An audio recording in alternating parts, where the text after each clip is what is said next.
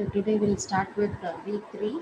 So today we are going to discuss about functions, default arguments, recursion and modules. So this is for this week. So today we will cover functions and default arguments, and if time permits recursion, otherwise we'll do it tomorrow. Okay. So we can have a class tomorrow. So this week alone, Monday, Tuesday and Wednesday. Okay. So tomorrow means 8 to 9.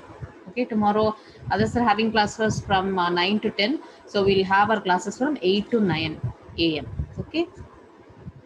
All of you to inform your friends also. So tomorrow and Wednesday. Okay. So tomorrow alone the timing will be 8 to 9. Then Wednesday as usual 9 to 10. Okay, so 3 classes will finish. Next week onwards we will have it as usual, Monday, Wednesday and Friday. Okay, so if there are any changes I'll let you know during the class session, so we can follow that. So we'll start with function. Okay, Saran, thank you.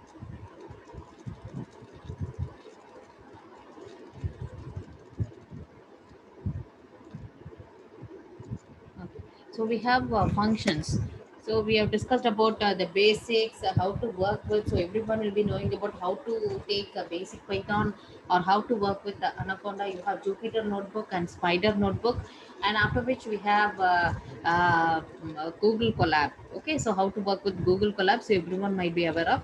So previous classes we started simple programming, isn't it? The basic programming we have started with. So today we'll start with functions. So function in the sense, so group of statement. So why do we write a function is that, see, if certain portion has to be repeated again and again. So in earlier programming, we used to write it again and again in every, see, after I have 10 lines of code. Okay, so I have some 10 lines. Okay, so like this I have, and one portion is one portion of code I have written it here. Okay, then again I'm writing few lines. Then again, if I need the same portion, there is no other go. In earlier programming style, I will rewrite the same thing again. Then after that I'll write few lines of code. Then again, if the same block is needed again, I have to write it. Okay, then it goes on like this. Suppose if this particular portion, see, this portion and this portion all are same. Okay, actually this is the same portion, but in earlier programming style, before we had functions, we used to write it again and again. Okay, wherever required, we have to, no other go, we have to write it again and again. Okay, so if this particular block has to be repeated for 50 times. Okay, this say for example you have 5 statements in it. Okay, so you have 5 statements in it. It has to be repeatedly written for 50 number of times. So it is really difficult, isn't it? So the same set of things, but it has been written 50 times again and again. These 5 lines were written 50 times again and again, so that is actually a waste, isn't it? So what they do is that if a particular portion, if a smaller portion of code has to be repeatedly used again and again, then what you do is that instead of writing like this wherever required, you write it only once. Okay, you write the program only once, and these are your program. Okay, so here, so actually here I have needed that, isn't it? So this portion, okay, once let me write it. Okay, so this is for the first time, so let me write it only once. Okay, and here if I want to repeat the same thing, you need not sit and write the full code. Okay, instead, you, while you're writing for the first time, you give a name to it. Okay, for example, function 1 or f1. Okay, let me term it, this block to be, this set of code to be f1. Okay, function 1. Okay, or you can write it any name you can give to it. Okay, f1. Then wherever this portion is required, I need not write it like this again and again. Instead, you call that particular name alone. You call it by f1. That means the same set of code will be again it will be running. Okay, so that is the thing. So the control will go back to this particular place and it runs, and after finishing it will come back to the same location where it stopped. Okay, so that is what happens. Then after that, after I'm writing few other lines, so here also I want the same program. So what you do in earlier programming, you used to write all the 5 steps again and again. So now you need not write this entire block, only use its name. What is the name? F1. So instead of writing these 5 lines, write only F1 off. Okay, I'll tell you how to call and all those things we will discuss. Understand that we are just going to use its name and you're going to call it. Okay, so what happens is that, so now the control will go to this particular place where you have written. Whenever you make a call statement, the control goes to the place where the entire code is written. After completing, it will come back to the same place and it will stop. So after this particular F1, whatever you have written, it starts executing from then onwards. Okay, so the advantage of using function is that if some portion of code has to be written again and again, or it has to be reused again and again, you need not write it separately. You just write it only once, and whenever required, it is enough you make a call to it using its name. Okay, while you're writing for the first time, give name to it. Whenever you wanted it to appear or occur, you can call it using its name. Okay, so this is what is the use of function. So by this you avoid the repeated code. The repeated code, you need not write it again and again. So whenever required, only use just its name and finish off the purpose. Okay, finish off the program. Okay, or the computation. Okay, so this is the advantage of using functions. Did you all understand why do we go for function? Yes, in earlier programming style, if some portion has to be repeated again and again, no other go. We will be keeping on writing only. Okay, the before we had functions, but now what they have did is that, why should we write it again and again? So, for example, 50 times the particular code has to write it again and again. Then what is the need to write it?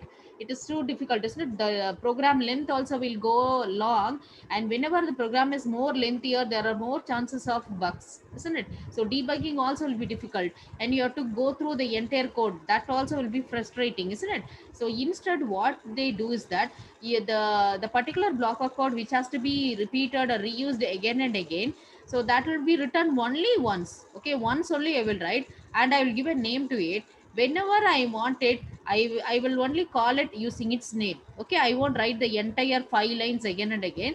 I will just use only the name. Okay, and whenever I require it, I will just make a call to it. Okay, I'll give its name, so it will automatically be linked to the particular uh, this one. Okay, definition, right? Okay, this is the thing. So a function, so see the statement, a function is a block of organized reusable code. It is organized, isn't it, to perform a single related action. One particular action it will perform. Whenever you want it, you will make a call to it. Okay, so it is a block. Okay, it is one block of code. Okay, the block of code that can be reused again and again. That is the meaning of function. So if you have understood this, you would have got this definition. So a function is a block of organized reusable code that is used to perform a single related action. Okay, so this provides better modularity for the application and high degree of code reusing. Okay, whenever you want reuse is important, isn't it? So you can make use of all these reusable components whenever required by using its name alone. Okay, so what is the syntax of and one more thing, so there are three important things usually you will make in your whenever you are going to implement the concept of functions in your C programming. Okay, I'm just talking about the general concept. You should know all these things. So even for your placements it will be useful. So you just understand this. So whenever you're going for the concept of functions, you have to remember three things while writing the function code. So first one is your function declaration. Okay, function declaration. You have to declare the function before you use. Okay,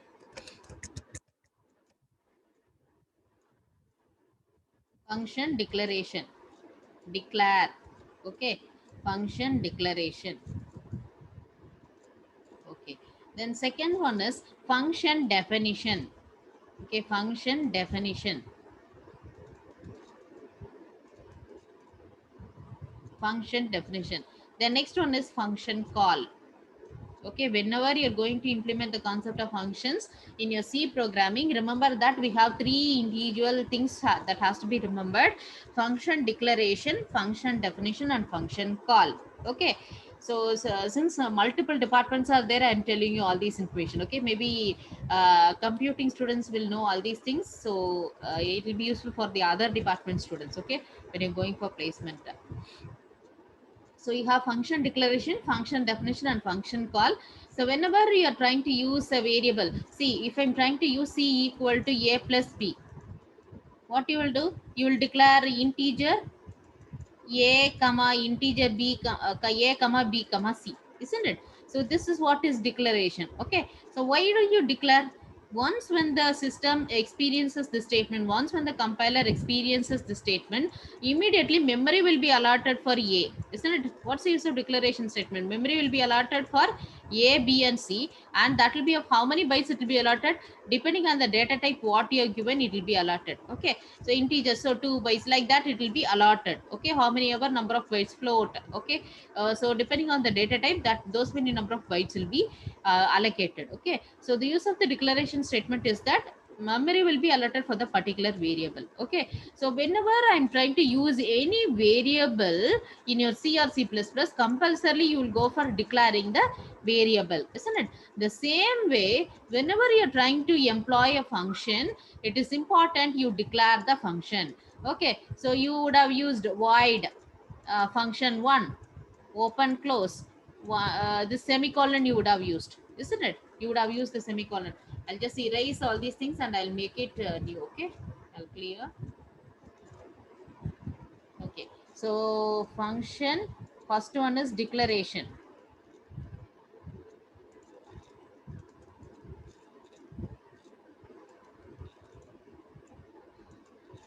Second one is definition. Third one is call. Okay, three things are important. So before you are trying to use anything, any function, suppose I'm trying to use a function fun1, function 1. Okay, I'm trying to calculate C equal to A plus B, some thing I'm trying to compute. Okay, so you can declare int A equal to anything, can do int A equal to 10, A equal to 10, B equal to 20, comma C. Okay, then print C. This is my simple function. What you write in a C++. Okay, so if you can put percentage %d. Okay, print a percentage, put thing and write.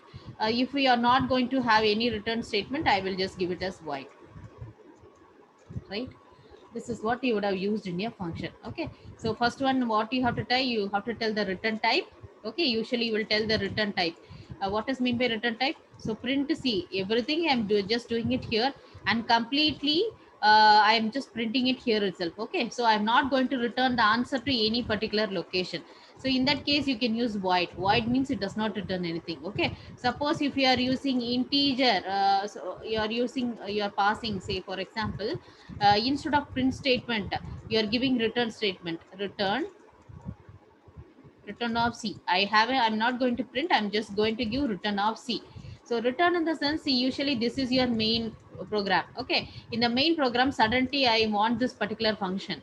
So how will you do? You will call the function using its name, I told, isn't it? So function followed by open and close. Okay, this is how you use it for a function. Okay, then this is your function call. So whenever the call is executed, automatically it goes to the function definition. Function definition means what? The body of the function. Okay, the complete body of the function. So inside this function, you have already declared, is telling that I'm trying to use. So the same way how you declare a variable, the same way you declare a function also. So before I'm trying to use all these things, at the initial stage you could have given void. Okay, function fun1, open close, followed by semicolon. Okay, so the declaration statement will have a semicolon, and the definition statement will not have a semicolon, because when you keep a semicolon here, it will not go into the body of the function. Okay, so you should not keep a semicolon over here. So you have to open a bracket here and you will close it here, you will write out the body of the function. Okay, and after that, so this is your declaration statement, this is your definition statement, and this is your function call. Okay, so function call, your function declaration and function call will have a semicolon attached to it, whereas your function definition will not have a semicolon. Okay, so now here whenever you make a call, it automatically goes here, and you have a return statement. So anyhow, after going, it will compulsorily, your system control will come back and stop at the same location where you have called, isn't it? So you go here, if you are given the print statement, it will print the answer, the control comes back to the same place, okay, where it stopped execution and went there. Okay, and after suppose if I haven't given print statement, I have given a return statement, then the control comes to the then again the same point. Okay, the control will come back to the place where you stop. So in that case, you have to give a print statement, either printf or you can use cout. Okay, so you can print the answer here and you can check it out. So one possibility is you print the answer inside the function. Second one is you return the answer to the location wherever you wish to point out. Okay, where the function call is made, there the answer will be returned. Okay, so if you are trying to return it to somewhere, then you have to compulsory write this return type. So here for example, both are integer, so obviously the answer also, answer C also will be an integer, so you have to go give the return type as integer. Okay, so this is your return type. So your function declaration is important, function definition is important, function call is important whenever you're going to implement the concept of functions. Okay, so this is the general idea about function. Okay, so now coming to Python, so instead of all those in the function definition, how do you give is that you don't write void and all the nothing. Okay, so simply you write def. Okay, defining the function. So def, then as usual you write your function name as how you do in your C programming. Okay, so define def, then function name, then the within bracket you can have your parameters or arguments. Okay, so you would have learned in your C programming, so integer a comma integer b, like that. Okay, so the parameters you can write it over here. Okay, then you have to, as usual, you have to keep colon for all your if statement, all your while, everywhere you need not even give bracket, you can write condition, if condition colon, isn't it? While also colon, everywhere you will be using colon. Okay, the same thing for function also. You have tried the keyword called def, define. Okay, this is important. This one function name can be anything, it is user defined, any name you can give, and parameters also, depending upon what you want you can just give. Okay, so any number of parameters you can specify. So here within this open close you will have the parameters, and last you will have the colon. Then here you will have all your function, what all you wanted it to write, the entire body of the function. Function definition will be completely written over here. If you want, you can write the return statement or you can write the print statement. Okay, depending on what you wish, you can just write that. Yes, so this is your syntax. And next we'll see the example. Okay, so this I have just given an explanation. If you are reading it later, you can understand it. Okay, just the explanation only. So this is an example. So see how we have written. So I'm just defining the function here. Okay, this is the example of function. Okay, so define def. Okay, this is the keyword I'm writing. Then the name of the function, I'm writing it as function1. Okay, so function1. The next I'm writing the parameter. Okay, I'm just directly passing the parameter called str. Okay, some string type. Okay, str. Then I'm keeping this colon. Okay, you have to remember this colon, you should not forget. Then this is okay, so here I'm just giving print string str. Okay, print str. I'm just trying to print str. Okay, so whatever is passed here, that will be printed over here. Okay, then simply I'm just giving a return statement. So here this is like return 0. Okay, so here you just see I'm giving function1 fun1 function1 of Satyabama students. Okay, so this is a string. So here you have one parameter over here, isn't it? So here I have one parameter, and here also I have one parameter. So this is actually a function call. Okay, so this is your function definition. This is your function definition. These two are your function calls. Okay, these two are your function calls. So when I make fun, it will search in the entire program, it will search for where fun is present. Okay, function1 is present, so it is present over here. So it will immediately go to this particular definition. Okay, function one, isn't it? The name function one, it will go here and it will see whether any parameters are present. You already indicated that it will carry one string parameter. So here I'm giving a string. So this string will be passed on to str and that will be printed. Okay, so after completing, the control will come to where? The same place where you have stopped your execution. So here only you stopped, you went there, you are going to complete all these things, then automatically you're going to come to the same location where you stopped. Then after that, second time I'm calling the same function once again with one other value. Okay,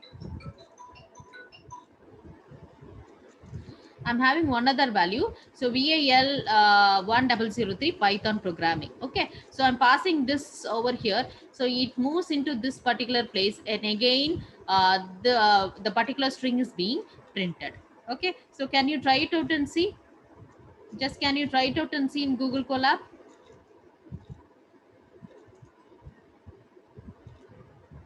Can you all understand? Can you understand?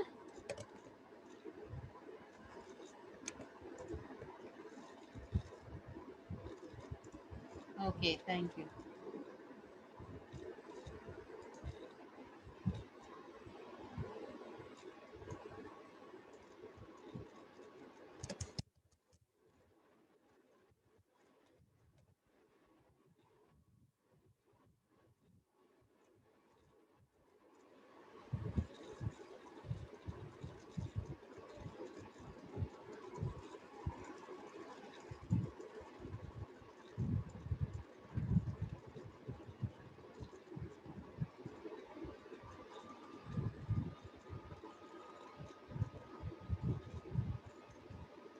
Okay, see here, all of you. So I'm just trying to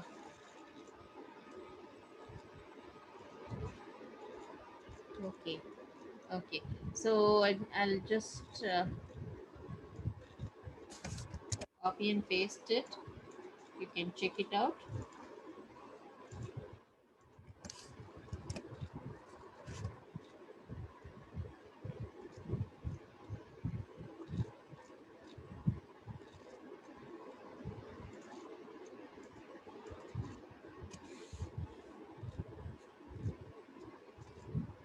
Okay, to make you understand, I've given this. This is not needed. Okay.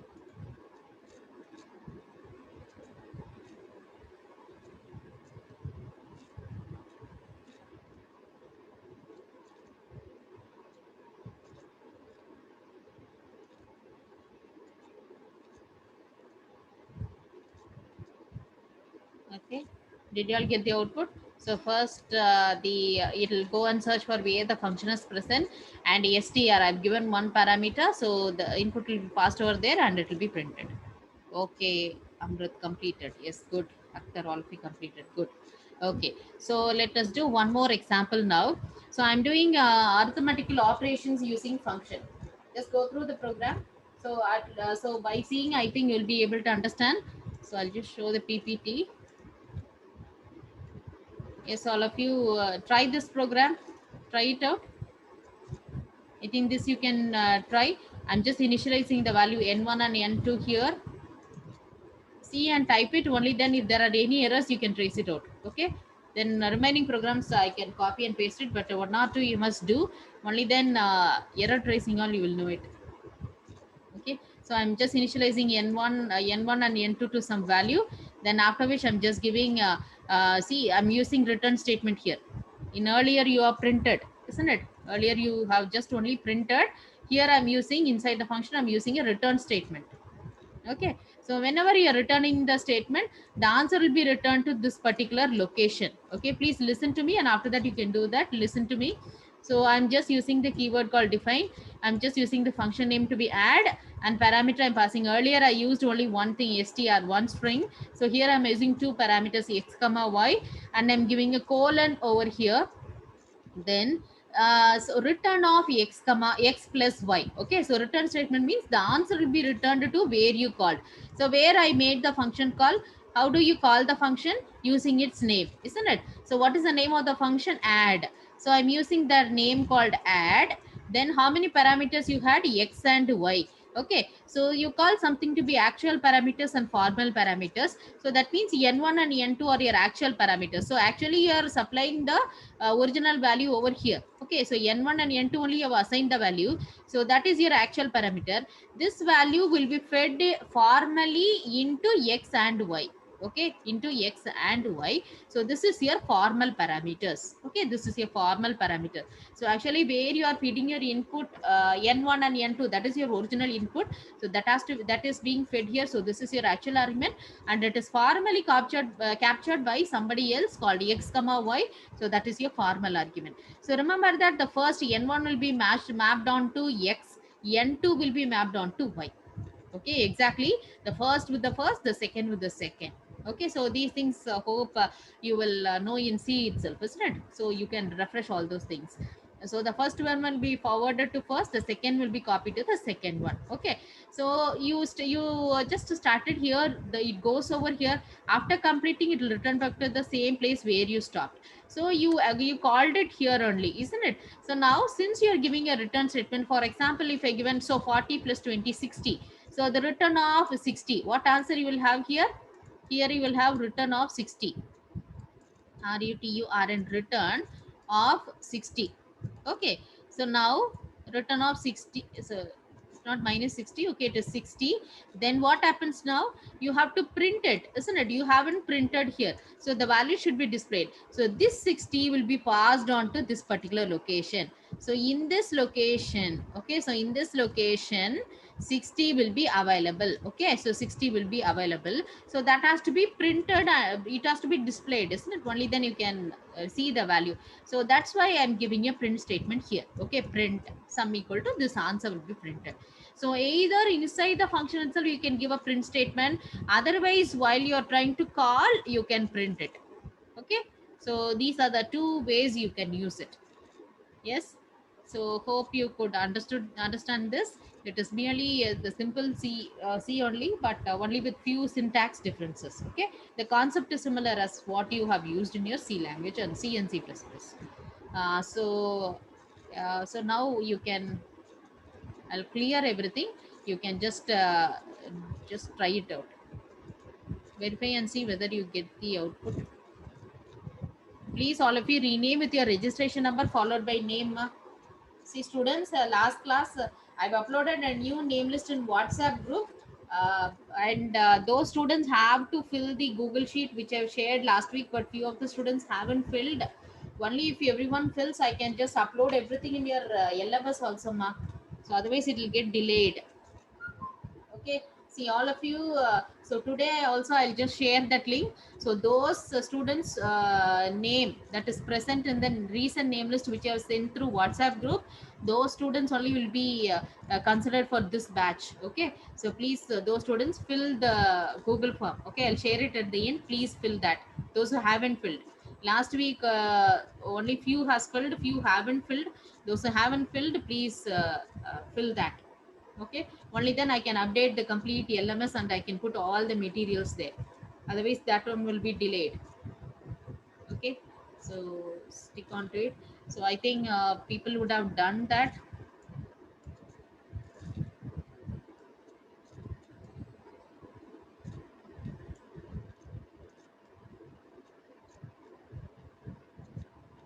Like input, so instead of this n1 ma, instead of this n1, see so Bhimram, okay, see instead of this n1 and n2, here you can give input n1 equal to input of int of input, enter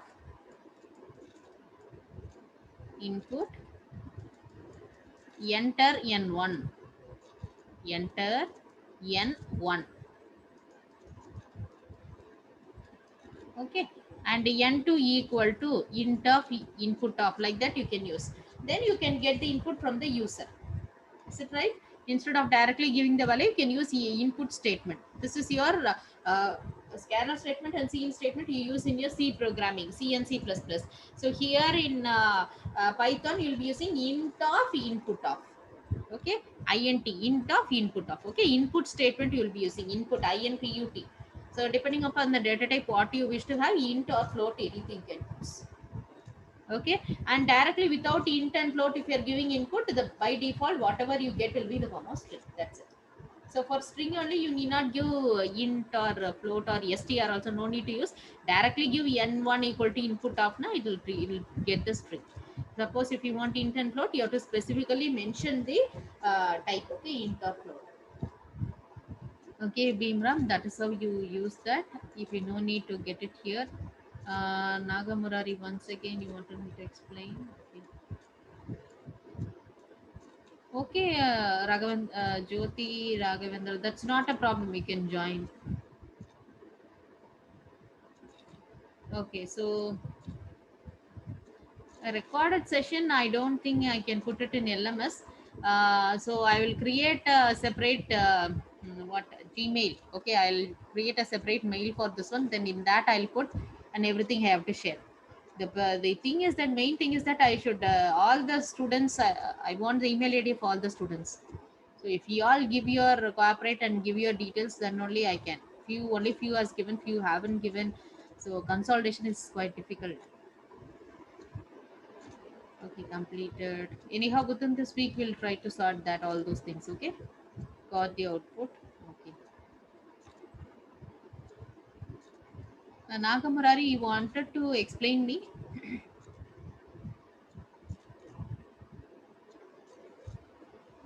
Value added is not there. See, your name wouldn't be added, mother. So it will not be visible to you. Value added. I have created already. In LMS already it is available. The thing is that your mail ID will not be there inside that. Okay.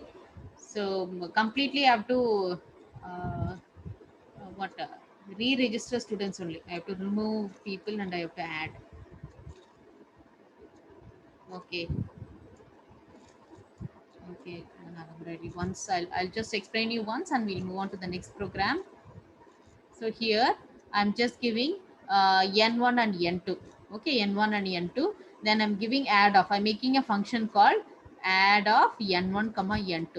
So this n1 you will have here 40 and here you will have 20. So now add of, here I have what, 40 and here you have 20.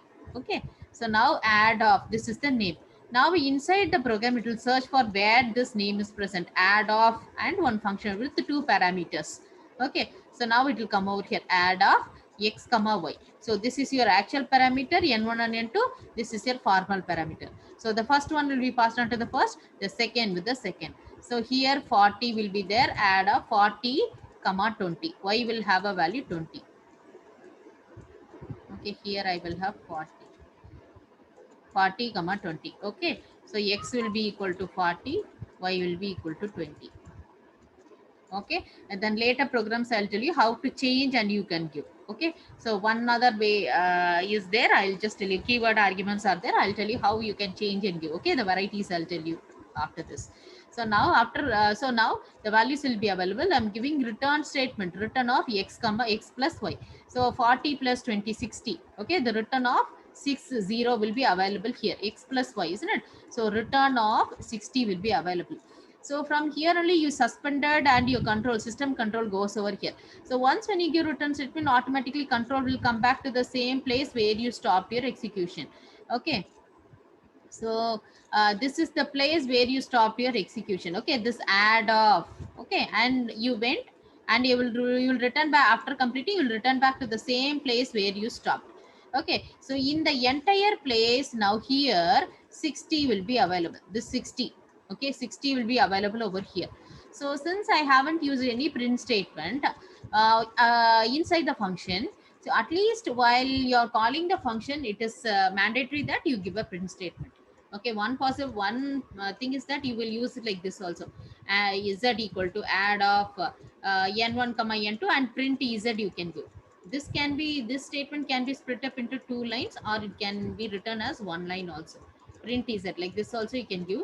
Otherwise you can directly, instead of these two, you can just give it as print of sum equal to add of. So the answer will be returned to this particular place. So you have here 60. So here I have given one print statement. So print of, so I have here print. Okay. So here what I have, sum equal to Then here what you had a return statement, isn't it? Return of that 60 you have just given. So that 60 will be available here. So this will be printed, sum equal to 60. So either you have to use the print statement here, or you could have used the print statement inside the function. Okay, either inside the function you have to use the print, or while calling you can use.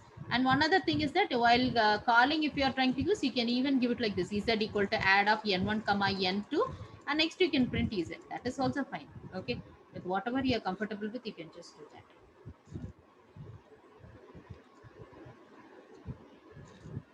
Right? Okay.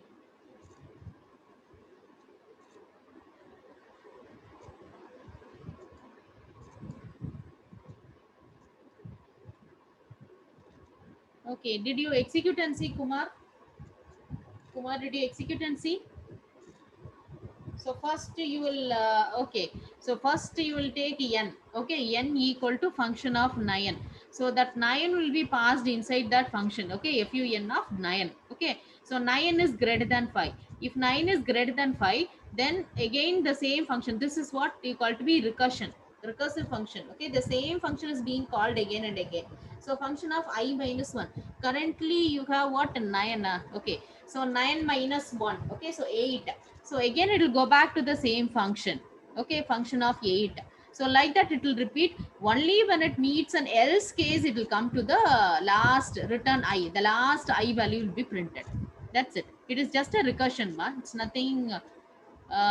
nothing new.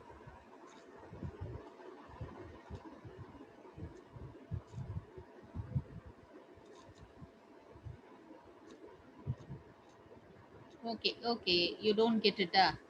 Okay, I'll just do it and show you. Okay, at the last we will just do that. Okay, I'll finish up last 5 minutes. We'll discuss. Okay, Kumar.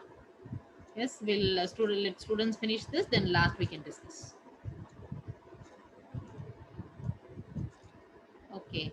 So all these students have completed this program. All are getting the output. Is it done?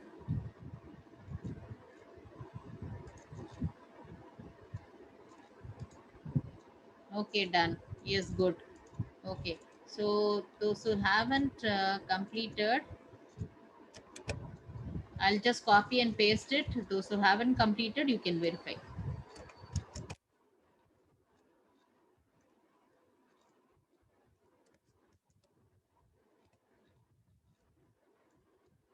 Okay, so we'll move on to the next one, call by value and call by reference. Okay, so here we will just see. So it is important you just note down this one. Okay, call by value and call by reference. Okay, so here Python already in your C programming, you know, isn't it? A call by value and call by reference. You pass with star, ampersand, and star, isn't it?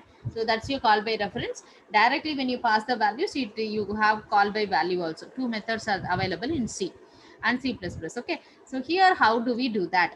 So Python utilizes a system which is called call by object reference or call by assignment. Okay, so how do you get this? You just see here. So call by value means you cannot how call by value is that concept is put into Python is that it all the immutable objects, immutable, last class itself I told you what is mutable and immutable. When we started with the data types, I told you that that is important. Yeah, got the output. Good. Okay. So you have mutable and immutable objects. Okay. So what is mutable objects? Mutable objects are the things that you can change it. Okay. Later also you are trying to change, isn't it? List all. What did you do? List you created, isn't it? In the last class, list of like array. It is similar to your arrays, isn't it? List one equal to you opened a bracket 10, 20, 30, 40, 50. Okay. Then you closed it. Then later you used list.append, list.extend. Then you try to append content to it, isn't it? So that is mutable. Mutable means you can change it. Yes or no? There are many methods what I have told you in the last class itself. So mutable means you can keep on changing. You can extend it or you can alter the content of it, isn't it? So list of in the initially how do you give the indexing? Just tell me. Do you all remember? Let me check it out. Do you all remember? List of list 1, okay, equal to I'm just giving 10, 20, 30, 40, 50. So what will be in List, I'm trying to print list 1 of 0. What is the answer? List 1 of 0. Yeah, good. 10. That means what? It's indexing start with 0, 1, 2, 3, etc. So now I give list 1 of minus 2. Tell me what is the answer? List 1 of minus 2. What is the answer? Yes. Yeah, good. Very good. 40. Because from the last, when I take, it starts with minus 1, minus 2, etc. Isn't it? This is negative indexing, and positive indexing, it starts with 0. Yeah, very good. Okay. So if I'm giving list of 0 equal to 20, is this possible in your list? List of 0 equal to 20. Is it right? Can we do that? Yes or no? Some are telling yes, some are telling no. And for which are mutable objects and which are immutable objects? Totally forgot. Okay, I'll just tell you. I'll show you that once.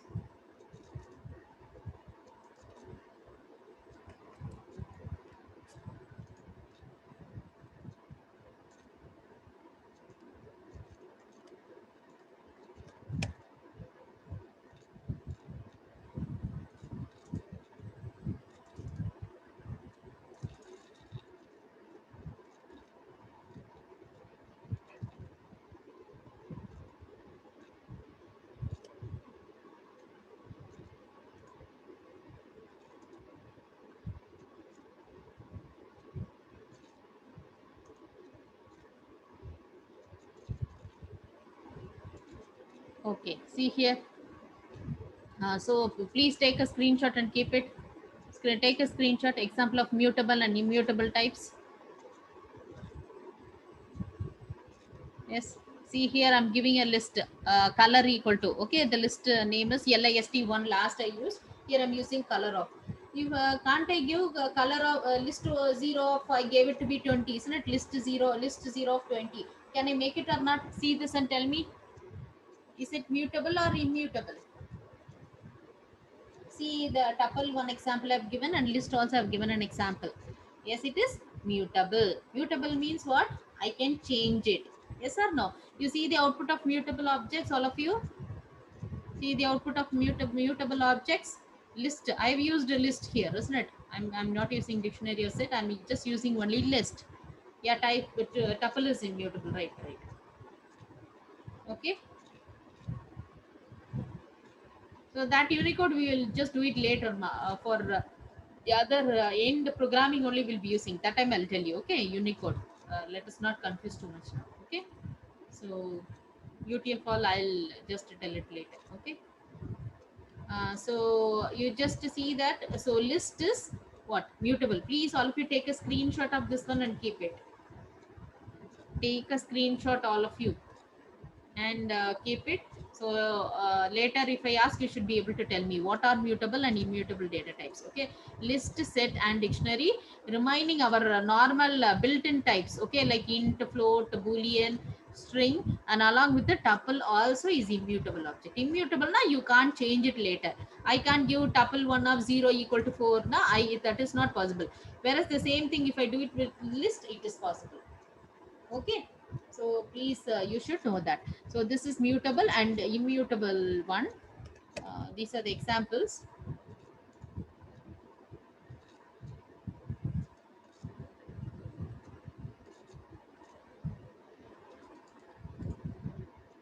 Okay, so now you see here. So mutable now, you can change it, isn't it? So the things that you can change will be reflected, isn't it? If I'm adding new values, if I'm adding uh, okay, so already I have given list 1, isn't it? List 1 equal to, I just gave 10, 20, etc. Okay, some values I gave 20, 30. Okay, for example, you just see. Okay, I have it like this: 10, okay, 20, 30. So now if I give list 1 of sorry, list 1 of 1 equal to 40, what will be your output now? What is the output list? Print list 1. That's my program now. What is the output now? List 1 equal to 10 comma 20 comma 30. List 1 of 1 equal to 40. What is the final list now? What is the answer? Yes, very good. 10, 40, and 30. I'm trying to update that, isn't it? List one of 1 equal to 40 I've given. That means indexing. At this particular index, I'm trying to change. Okay. So I'm just changing that. So in that place, 40 gets updated, isn't it? So 10, 40, and 30. Yeah, good. Okay, so that means what?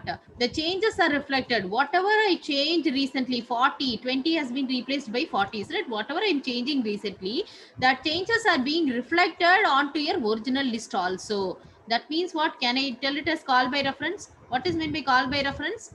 Whenever you change, the changes should be reflected within the function or after the function also.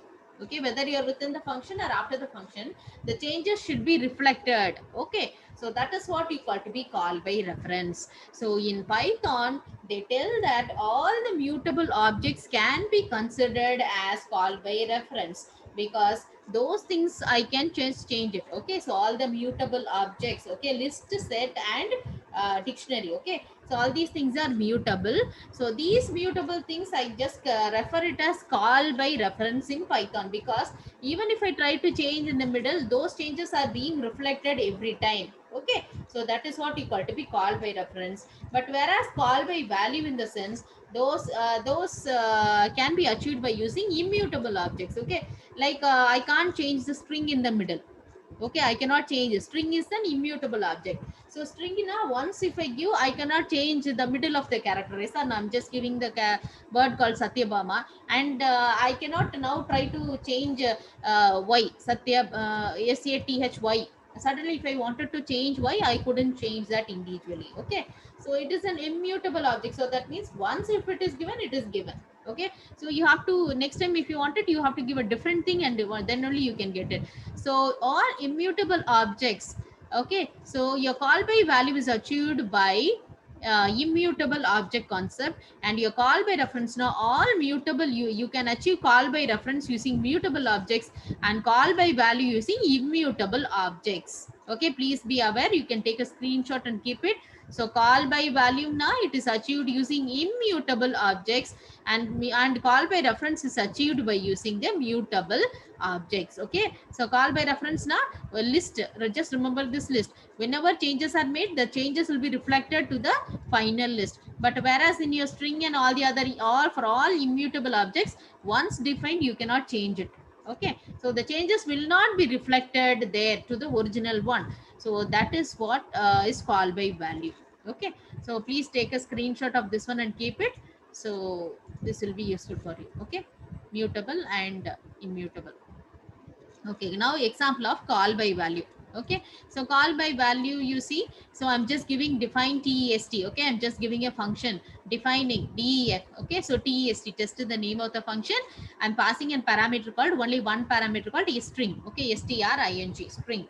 The next, inside the function, I'm just giving the definition string equal to, okay, string equal to, I'm just giving a text. Okay, then I'm just printing inside the function, print inside the function this string what I have, I'm trying to print it here. Okay, the next, outside the function, I'm just giving string equal to Satyabama students. Inside I use the same word string, and I'm using one other thing. And outside, this is the function end. Yes or no, I'm starting here and I'm ending here. I told you that indentation is important. So starting here, I'm ending here. This is what is the function. Okay, this is the total function block. So outside the function block, I'm having one more thing called string. You just see the same wording I'm using. Okay, string, string equal to Satyabama students. Okay, so this is the normal line. So after this line, I'm writing test of string. So this means this is a function call. So inside the program, it will check for where the function name test is present. So correctly, it will go inside this one. Okay, test of. Okay, test of. Okay, and and it goes. But here all, and inside that, when it passes also, so now test of string. So actually Satyabama will be Satyabama students will be present here, isn't it? So initially it starts here, isn't it? Satyabama students, you have went inside, but that Satyabama students, you can't take that, isn't it? So whatever you have present inside this one, that is being printed, the changes will not be reflected. Okay, so after that, that has been, so now you have only this one. Okay, this value only you have, that will be printed. Then now the current string, what is the current value of string? It is actually BAL1003 Python programming. So when after completing, now the string answer is this one. Okay, yes, BAL1003 Python programming. Now after printing this one, you will come back to the same location where you stopped your execution. So you will come over here. Then after that also, when I'm trying to print outside function string na, actually you should have got, if changes are made, then this value should be only available here, isn't it? Instead, what happens now, only this value is available. Okay, so whatever you have here only was available here, whatever was in within this one, it was not replaced. Okay, so you, when you execute and see, you will get the same thing here. So so if the if both the answers are same, then you can, you call it as call by what reference. So here it is call by value. Okay.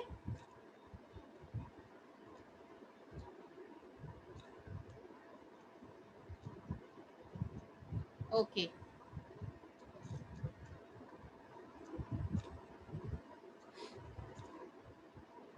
Yes. So I'll just copy and paste it. Then we will move on to the next one.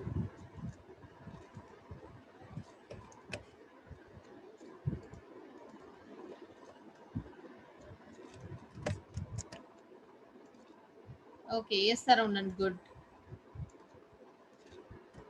Okay. So now you just see call by reference. So call by reference also, you just see here. If you wish, you can just try it out with a different thing also.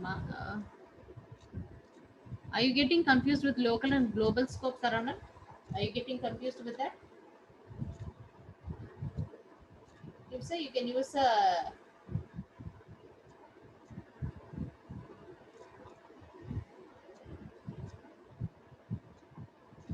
yes.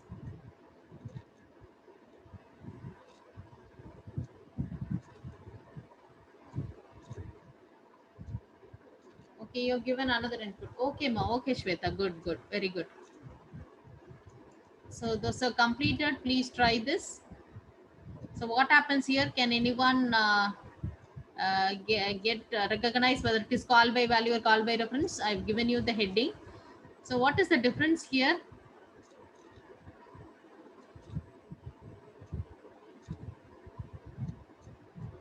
Yes, what is the difference here? So here I'm passing a list. Okay, 10, 20, 30, and 40. Okay, so here I'm passing in here. So the entire list 10, 20, 30, okay, 40 will be added, will be passed over here. Then for that particular list, I'm just giving list dot append of 50. Okay, I am adding 50 to it. When you see the program itself, I think you can understand. Okay. Yeah, yes, very good. Append means adding to the list. Yes. Okay. So here, so this is, I'm just giving my list equal to, I'm just giving a list. Okay. Then I'm giving add elements of my list. So I'm just adding elements. So it will go to the function where I've written. Okay. What is the parameter here? My list. Okay. And here it comes over here, list list. Okay. What, this is your actual parameter. This is your formal parameter. So here the entire value 10, 20, 30, and 40 will be passed. Isn't it? 10, 20, 30, comma 40 is passed. Okay. Then after that, it comes inside. So list dot append of 50. Okay. So now I'm trying to print list inside function list. Okay. Append means adding. So it adds at the end. Okay. Suppose if you want to add in the middle, you have to give that what indexing, and you have to change. So here itself, I'm trying to add append. So it happens at the last. Okay. So already you have 10, 20, 30, and 40. So it gets added with 50. Okay, so this one will be printed. This output you'll get inside function. So it is printing 50. Now, after completing this, it will return back to the same place where you stopped your execution. So it comes over here. So now you print and see print outside function. So what is the name given here? It is my list. Okay, there, don't get confused with global and local scope. Okay, somebody was asking that. Just gave that. So I think you are clear with that one. There are no further. Okay. So if you wish, you can just give a different naming and same naming I gave in the previous. That's it. Okay. So different naming also you given, you can check it out. Okay, so you just see here now. So when I try to print it over here, okay, outside the function, so you just see the that has been updated. Okay, so that value is being available here. You can do, all of you check it out and see. So inside also the same value. Once when you're trying to change it, the changes are being reflected in the future also. Okay, so you're getting the same output. Okay, so this is what you call to be call by reference. Call by reference now, once some changes are made, the changes should be reflected everywhere. Okay, so here the changes are being reflected everywhere, but in the previous programming you got VAL 1003 and one time you got Satyabama students. Okay, it was not updated. Okay, so this is what you got to be called by reference. So the earlier one is called by value. This is called by reference. Did you all get the output? You can give any input and output. You can check it out. Are you getting the output, all of you? Yes, got it. Okay.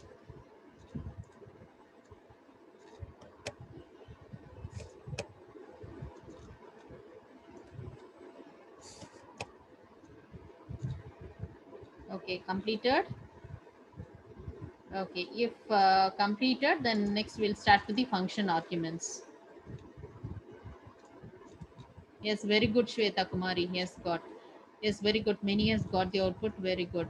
Okay, Nagamurari, Surya Teja, Veda, Murali, Shweta. Okay. Yeah, okay, good, Murali. Very good. Okay. Okay. So, shall I give one more example and shall I stop? Record arguments alone. Okay, and then the next class will start with keyword arguments. Okay, it is already 10. I'll just explain what is record arguments and keyword arguments. Okay, Saravanan got the output. Okay, good, good. Okay. So there are in when you take 5 more minutes, I'll take. We started 5 minutes late, isn't it? So we'll just 5 minutes I'll cover. So function arguments, when you take at least one method, I'll tell. Remaining in next class, we'll see. So in when you take function arguments, there are 4 types of function arguments. Okay, record arguments, keyword arguments, default arguments, and variable length arguments. Okay, so default arguments is the second topic that we have to cover. So record arguments, keyword arguments, default arguments, variable length arguments. So when you take a record argument, these are the arguments that are passed to the function in correct position order. So hence the number of arguments in the function call should match exactly. Suppose in the function call I'm giving a comma b. In the definition also I should have, see in the this example we used, isn't it? See here I have used one actual parameter. So here formal parameter also 1. So function 1 of 1 or within double quote you see one string I have added. Here also str one string you have. But whereas here you just see add of n1 comma n2. So 2 parameters if I'm giving. So it should here also in the definition also you should have 2 parameters. Only then first will be passed to the first, second will be passed to the second. Okay, you should not, you can't change it. You can't change. You cannot expect the n1 to be available for y. Okay, so if you want that n1 to be available for y, the next concept is their keyword arguments that we will see. Okay, so actually speaking, what happens is the first one will be always passed to the first, the second one will be passed to the second. Okay, so the order, in what order you give here in the call statement, the same order it will take it in the definition statement also. Okay, clear? N1 will be passed on to x only, n2 will be passed on to y. Okay, the order, what order you give here, the same order it will be passed. Okay, so that is the point with function. And suppose if you want to change that ordering also, you have to go for the next one called keyword arguments. So first let us consider record argument. Okay, so that's what it is written. Hence the number of in correct position order you have to give. If I'm giving n1 comma n2, there x comma y na, n1 will be passed to x, n2 will be passed on to y. Correctly, first with the first, second with the second. That's the meaning. Okay, so the number of arguments in the function call should match exactly with the function definition. So in the function call, I'm giving n1 comma n2 comma n3, and there I'm giving only in the function definition. Okay, in the function definition add of I've written, isn't it? Here I'm giving only x comma y. Okay, and I'm writing the definition def add of Then I'm writing C equal to X plus Y, something I'm writing. And here when I'm making a call, print of, okay, here if I'm giving return statement, return of C, return of C. Okay, so here I'm just okay, or return. So that means here I should use print. Print of sum equal to, as the same previous program I'm writing it. Okay, so print comma. How am I calling is that add of, okay, here, okay, I should write here.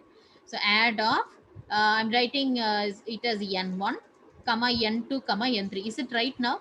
You tell me. This is a function called add of n1 comma n2 comma n3, and definition I've written it as add of x comma y.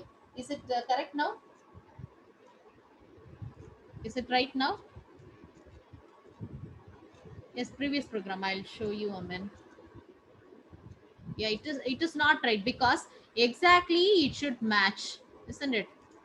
Exactly, it should match. Yes, only two parameters it should have. So only n1 and n2 it should have been passed. Okay, because the first one will be passed with the first, the second one will be passed with the second. But what about the third one? It can't be passed. So this, there is no match. Okay, so when in the function definition as well as in the function call, only if the number of arguments are same, then it will work. Okay, that's what it is written here. Here the number of arguments in the function call should match exactly with the function definition. Okay, so that is the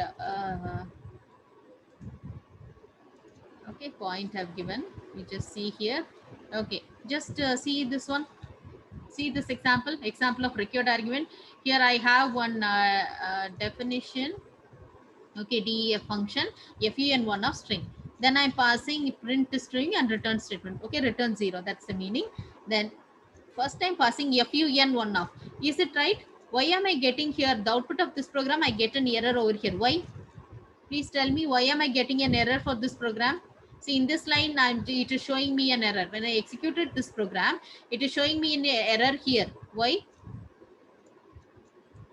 Yes, very good. Here I have told that I want one parameter, but here I'm not passing any parameter. Yes or no? Here I'm not passing any parameter. Yes, very good. Mismatch arguments, right? Good. Veda, okay. Gangadhar, Ajay, okay. Murali, good. Okay. So here actually you should have compulsorily you should give one parameter. Yes or no? Here, but you haven't given here a parameter. So that is why I'm getting an error. See, clearly it is stating that function one in this line, it is showing an arrow mark, isn't it? So here I'm having an error. So function one missing one required positional argument str. Clearly it is telling us. Okay. We haven't given a passed a parameter over here. Only if you have passed here, then it is correct. You haven't passed here, but here you have a parameter, so this is a mismatch, so hence you are getting an error. So if you want to correct it, how you can do? Here you can give function one of, okay, like how I did in the second one is correct or not? This statement is right. Function one of EAL 1003 Python class, is it correct? See, 1 second, clear. So I don't have this line, forget about this line. Now is the program correct or wrong? Tell me. Now tell me, is the program correct or wrong? Will it work? If it works, what output it will give? Yeah, correct. Yeah, very good. This is correct because you have function one of I'm giving you one particular string. Whatever I give in double quote is treated as a string. So here also I have one parameter called str. It is capable of capturing string. So it passes over here. So that will be printed. So this is the right program. So the problem with this line was that I haven't given any parameter over here, but in the definition I had a parameter. So if mismatch is there, it cannot accept. Yeah, VAL 1003 Python class. Oh, yeah, right. Good, Gangadhar and Murali. Okay, good. Yes. Okay. So this is about your required arguments. Correctly, you have to pass. The same thing with your keyword arguments. You just see keyword argument. Tell me what is the difference.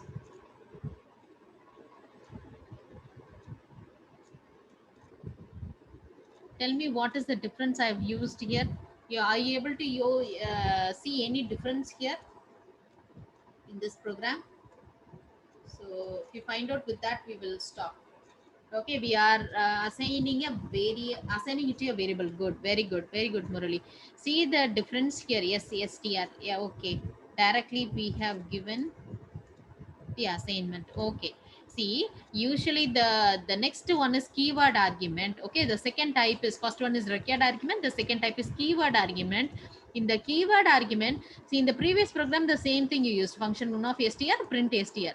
But here last program I gave fun1 of directly Satyabama, isn't it, or val1003, or like that I give. But here I'm using this str equal to. Please note down the difference, all of you. Yes, that is what you call to be keyword argument. Okay, yeah, very good, very good. Directly, yes, Saravnan, yes, very good. We can change the order. Yeah, yes, that's the difference. You can change. So if you see, you can just note down the difference. So str equal to, I've given a keyword str equal to. So in both the statements, I can directly give Satyabama. This one will work. But explicitly I've given str equal to str equal to. So what is the difference? You just go through this program, you'll be able to identify what is the specific need of this keyword argument. I'm given here definition of print info name comma pyt. Okay, then here I'm giving printf name. This you forget about the statement, no need. Okay, so print name, print python. Okay, pyt name will be passed here. This pyt answer will be passed to python subject percentage. Okay, now this is your function call statement, this is your function definition block. Okay, so I'm passing an information, print pyt of 100 comma name equal to Amit. Usually I told you that the first one will be passed to first and second one will be passed to the second in the previous example. Yes or no? Required argument, first one will be passed to first and second will be passed to second. So like add you had, isn't it, add of x comma y. When I passed it at was n1 comma n2, isn't it, in that add example. So first one was gone to the first, second gone to the second. But in this case, if you are using like keyword pyt equal to this naming, this keyword equal to, okay, pyt equal to name equal to, you can correctly, if you want, you can just exchange and give the inputs also. Okay, see, first here what I have passed, name and pyt. Here what I am giving, pyt comma name. But correctly I'm giving pyt equal to the value, name equal to the value. So it can easily identify with the keyword. Okay, what is the keyword? Name and pyt. Okay, so correctly it will match and it will take it. So that is the advantage of using keyword argument. If you are not using keyword argument pyt comma name, this program is wrong. This program is wrong. Okay, this program will be wrong. If I simply used a print info of 100 comma Amit, will it work? If I give 100 comma Amit, will it work? Without giving this pyt equal to name equal to, check it out and see, it will not work. Okay, because first one is what, name only I should have, but I have given 100, so that will not work. It is a mismatch. But whenever you're using keyword, I'm giving here pyt equal to, since I've given used this pyt equal to name equal to, correctly it is taking. Yes, yes, good, good, Utkarsh, Murali, Nirmalya. Okay, amen. Okay, yes, if keyword argument, no need to follow order. Required argument, we got. Yeah, very good, Murali. You understood it clearly. So in keyword arguments, you need not follow the order. In whatever order you want, you can just give it in your definition or in the function call. Okay, so correctly it will match with the keyword. What keyword you have given, with that it will match and it will take. But whereas in your required argument, exactly first to the first, second to the second, like that only it will be. It is passed. You have to follow the order. Yeah, very good, Murali. You have understood. Okay, good. Utkarsh, Nirmalya, Amen. Okay, Saravanan. Okay, yes, for this cases. Okay, yes, it registers. Okay, data type. Yeah, right. Amit. Okay, good. Did you all understand? Okay, so the usually in the previous case, the first one will be matched with the first, the second with the second. But whereas here, if you want to follow a different order, then you have to use the keyword. You have to give a keyword and you have to give pyt equal to name equal to. So such things you wouldn't have used in your C and C++, isn't it? Okay, in C you wouldn't have used this. In C++ you have got default arguments, isn't it? The same default argument you can even use in Python. In C++, you would have learned default argument concept, isn't it? So that you have in the other one also. In Python also you have default arguments. Okay, next we will learn that. So did you all understand? I hope everyone is clear with the required argument and keyword argument, correct? Hope everyone is clear with required argument and keyword arguments. If you wish, you can take a screenshot and you can just go through. Or if you wish, I'll copy and paste this code.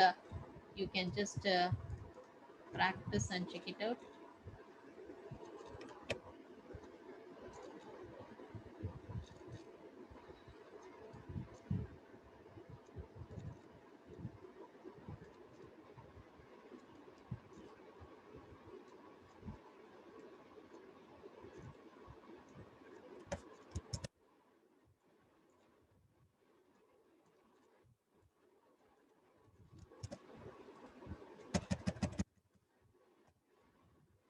Okay, so everyone has understood. Good. Okay, good. Okay, ma. So if so, we will wind up, and tomorrow we'll start with the second topic. Okay, default arguments, and after that we will go through recursive functions, and last one we have modules. Okay. So tomorrow we will complete default arguments and recursion. Last class we will discuss about modules. Okay. So I have two other programs also for recursion. Okay, ma. Give me this week, ma. Okay, if only if everyone, please, all of you, I'll just give that link, please. Those who haven't filled this one, and your name is present in the recent name list, please fill this form.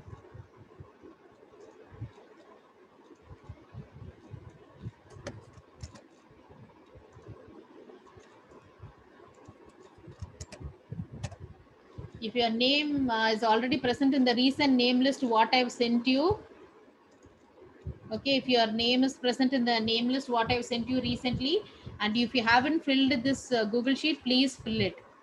Only then I can update all your content into LMS. So it is getting delayed because of that. Please, those who haven't filled, please fill that. Your email ID, everything is needed to include you inside LMS.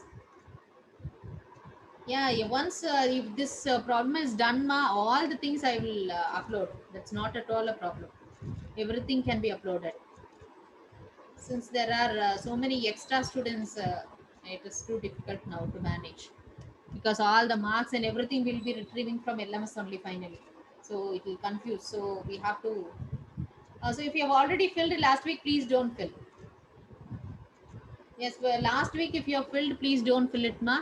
Those who haven't filled, I'm telling. Only few has filled, few haven't filled last week. So those students, please fill that. Fill the Google sheet. Others you can leave, ma. Yes, thank you all of you. Thank you, students. Thank you. You can leave. And somebody. Okay, your name is not in. Yes, Gangadhar, have you filled this one? You fill this. After that only I can add you in LMS. Okay, Gangadhar. This already filled, no problem.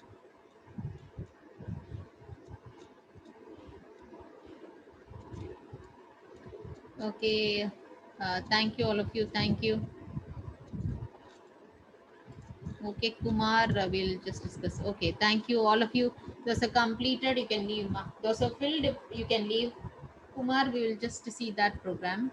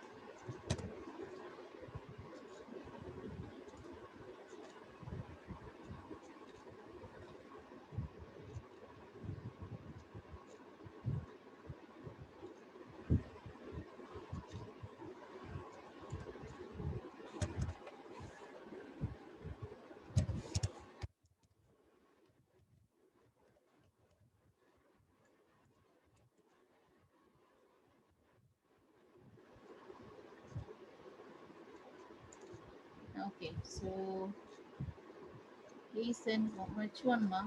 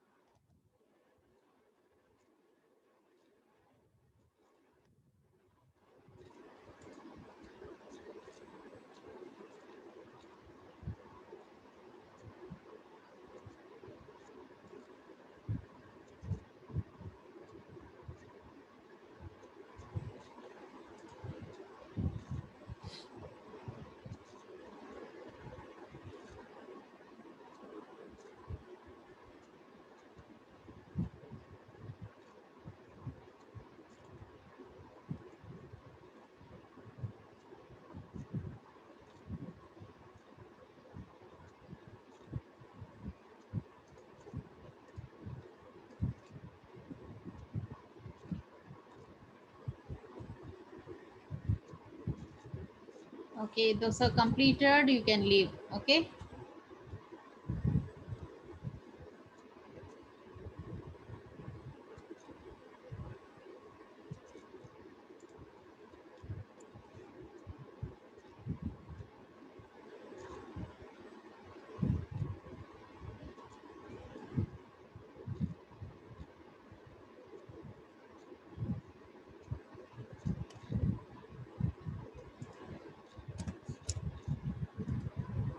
Okay, so you have function of 7, 7, 7 greater than 5. Yes, so 7 minus 1, 6. So again, it will come here 6. Okay, 6 greater than 5. So 6 minus 1. Okay, 5. 5. Okay, in that case, you should, so not returning to this case. It is giving none.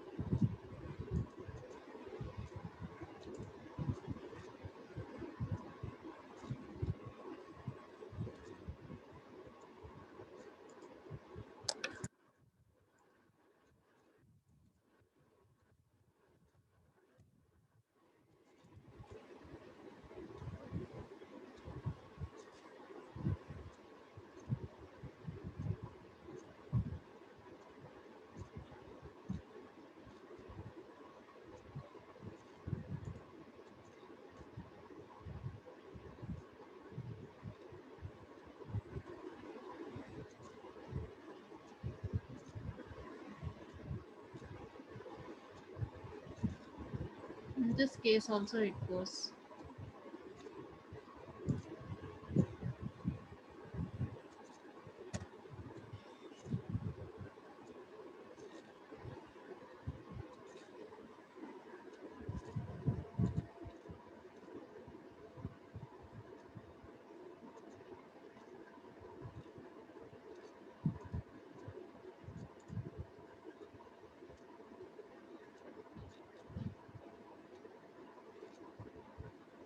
Which code is not running now? Go code is not running.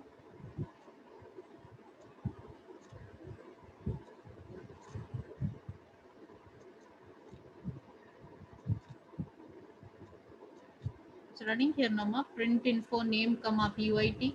Check it out. It is executing for me, Aman. Here. Just see here. It executes for me here.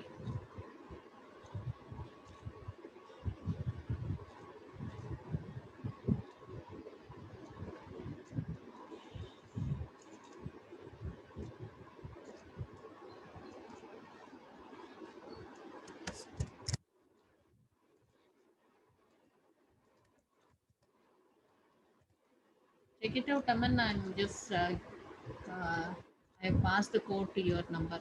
Can you see that?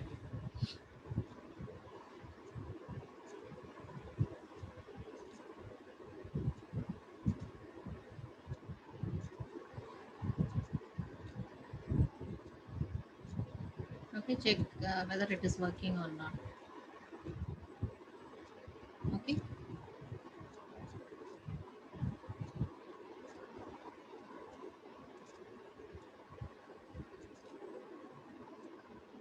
And maybe this error, maybe you may be getting. See, if you skipped like this, you would have got an error. You just refer this also. I mean, I'll tell to all the students also. Maybe tomorrow. This one also, you may get an error. Suppose if I haven't given anything over here, you would have missed it. Check that.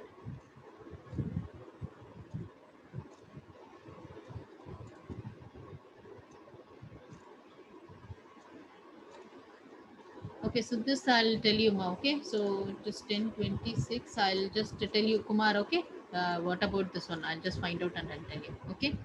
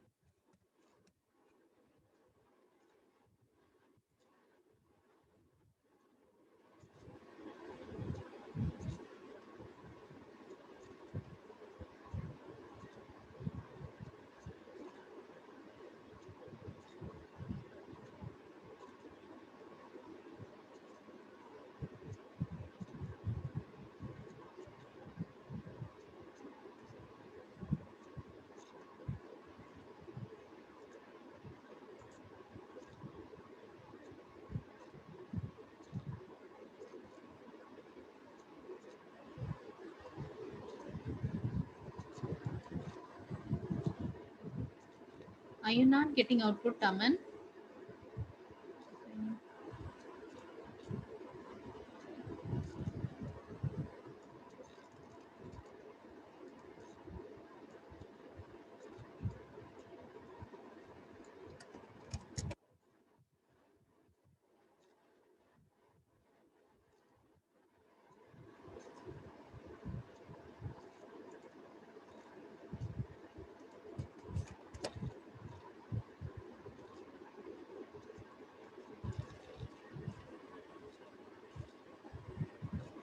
Aman, check the same thing what you typed. I have it here.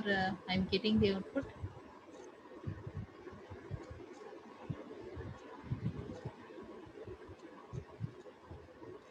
Comment is non-executable, Nama. Comment line, na, it will not execute, no?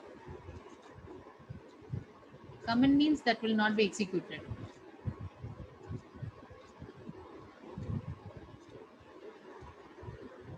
Yes, some confusion, Aman.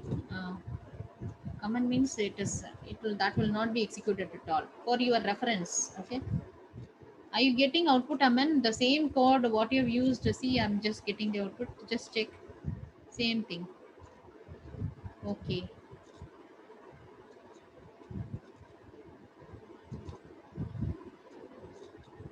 Got the output. Okay. Okay, ma. Good. Okay, good, good.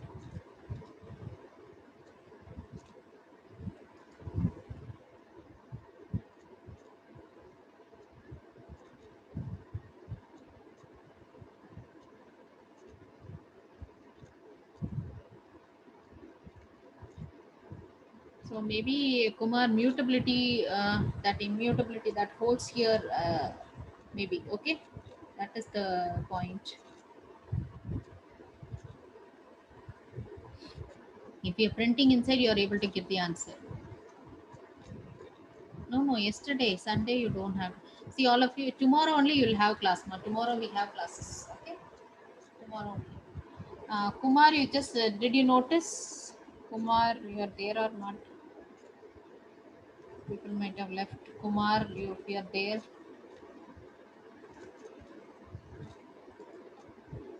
Okay. So if you're printing inside, you're able to get it. Okay. Once when you uh, the outside function, that one it doesn't hold.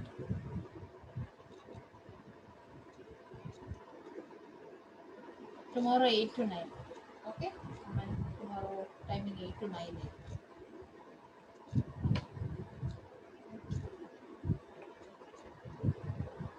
Yeah, that's why that one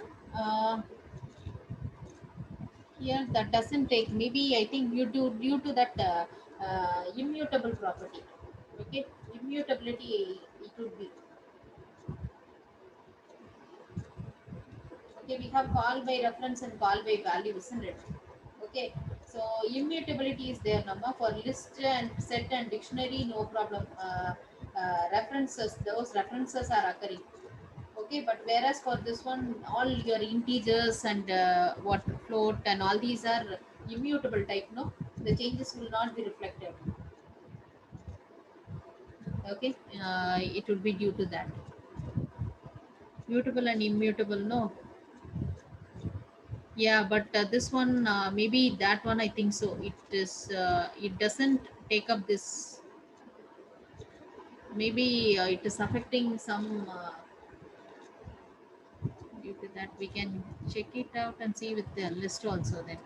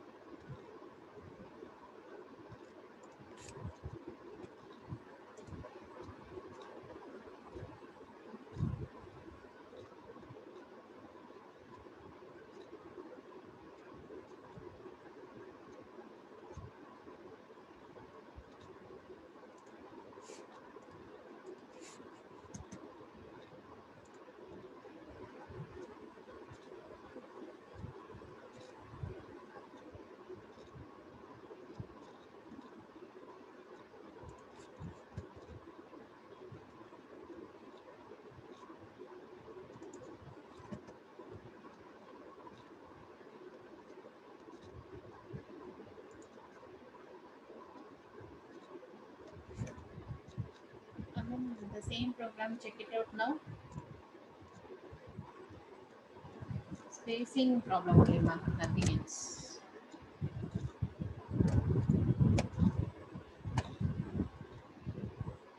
Okay. Yeah. Oh.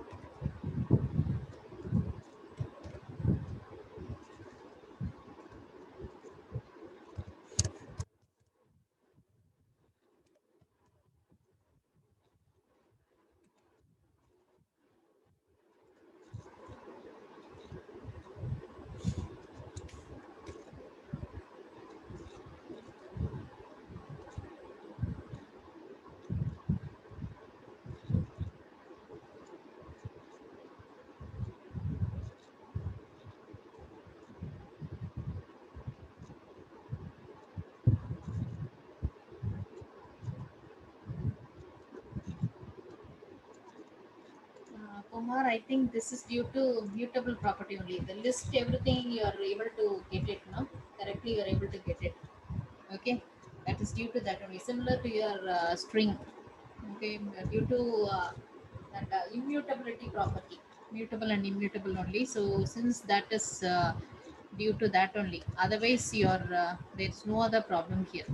Okay, so due to that only, that's the thing. Okay, call by value, the same thing what I told you earlier. That is only the problem. Okay, call by value and call by reference. That's the thing. So list the same thing. Inside that we have invoked a list also. So that is not affecting. So that means it is immutable property. Okay, integer, all our integer, float, boolean, and what is that? String. All these are immutable, no? So the problem is due to that only. Okay, so in that case, you can just print it. So you just see here, here it is giving the correct answer. When you printed it here, print of IC, it is giving you 5 correctly. The condition is say it quits outside. It quits outside correctly, isn't it? But whereas while when you're trying to return and when you're trying to print only, it is unable to take. Okay, so that is the thing. Okay, Kumar. Okay, so I'll see if anything else is added with that. Okay, so till now, based on what the thing is that it's due to, it may be due to that immutable property. Okay, so if there is anything else that affects, I'll try to find out if anything is. But till now, it's due to immutable.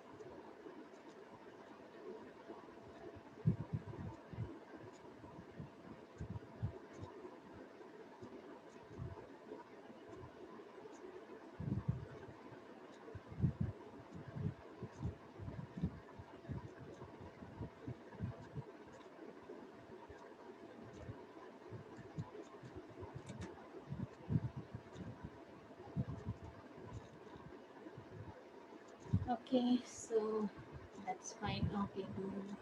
No, no, if you have filled already, leave, please leave. Okay, those who completed already, you can leave.